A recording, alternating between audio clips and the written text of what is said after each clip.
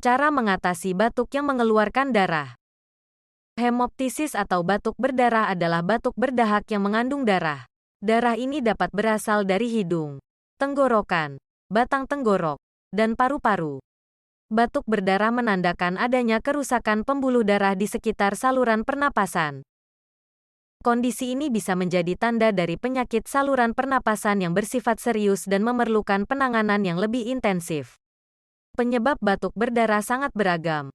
Berikut ini adalah penyebab dari batuk berdarah akibat penyakit di saluran pernapasan seperti aspergillosis, bronkitis, infeksi paru, TBC, bronkiektasis, pecah pembuluh darah. Selain akibat penyakit di saluran pernapasan, batuk berdarah juga dapat disebabkan oleh kondisi lain, seperti efek samping obat-obatan pengencer darah, efek samping penggunaan narkoba, batuk kronis, gagal jantung, terutama karena penyakit katup jan. Seseorang akan lebih mudah atau berisiko mengalami batuk berdarah bila memiliki faktor seperti merokok, menderita HIV/AIDS, mengonsumsi obat imunosupresan, memiliki keluarga dengan riwayat kelainan pembekuan darah.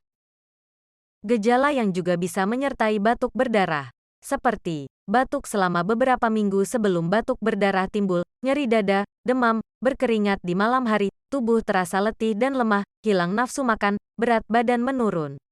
Selain pendarahan di dalam mulut, tenggorokan, atau hidung, batuk darah juga dapat disebabkan oleh beberapa kondisi kesehatan tertentu, seperti memeriksa kemampuan pengidap untuk bernapas. Lalu bagaimana cara melakukan pengobatan untuk keluhan seperti di atas?